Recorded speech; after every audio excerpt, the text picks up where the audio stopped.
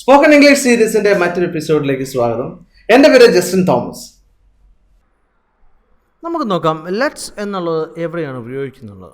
നമ്മളിപ്പോൾ നമ്മുടെ സുഹൃത്തുക്കളോടൊക്കെ അഭിപ്രായങ്ങൾ ചോദിക്കാറുണ്ട്, അല്ലെങ്കിൽ നമുക്കത് ചെയ്താലോ എന്ന് നമുക്ക് പറയാറുണ്ട്. ഇപ്പോൾ നമുക്കൊരു മൂവിക്ക് പോയാലോ എന്നൊക്കെ നമ്മൾ പറയാറുണ്ട് അല്ലേ.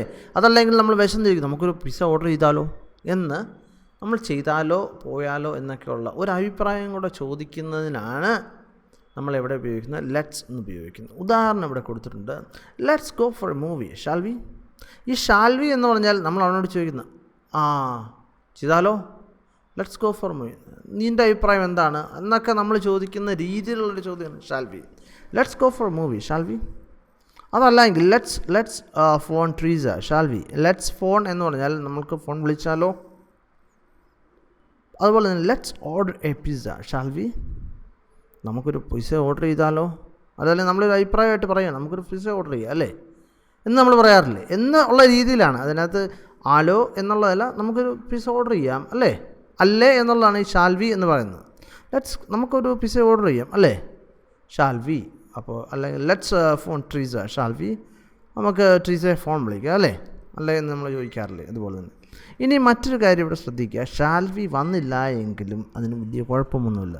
സംസാര ഭാഷയിൽ അതിന് ഷാൽവി എന്ന് ഉപയോഗിച്ചില്ലെങ്കിലും ഓക്കെയാണ്. ഓക്കെ, അപ്പോൾ let's go four A movie എന്ന് പറഞ്ഞാൽ നമുക്കൊരു മൂവിക്ക് പോകാം എന്ന് പറഞ്ഞാൽ അവനോട് ചോദിക്കുന്നതായിട്ട് ഇൻഡയറക്റ്റായിട്ട് വരുന്നുണ്ട് അവിടെ തീർച്ചയായിട്ടും. അല്ലെങ്കിൽ ലെറ്റ്സ് ഫോൺ ട്രീസ, നമുക്ക് ട്രീസയെ ഫോൺ ചെയ്യാം അല്ലേ.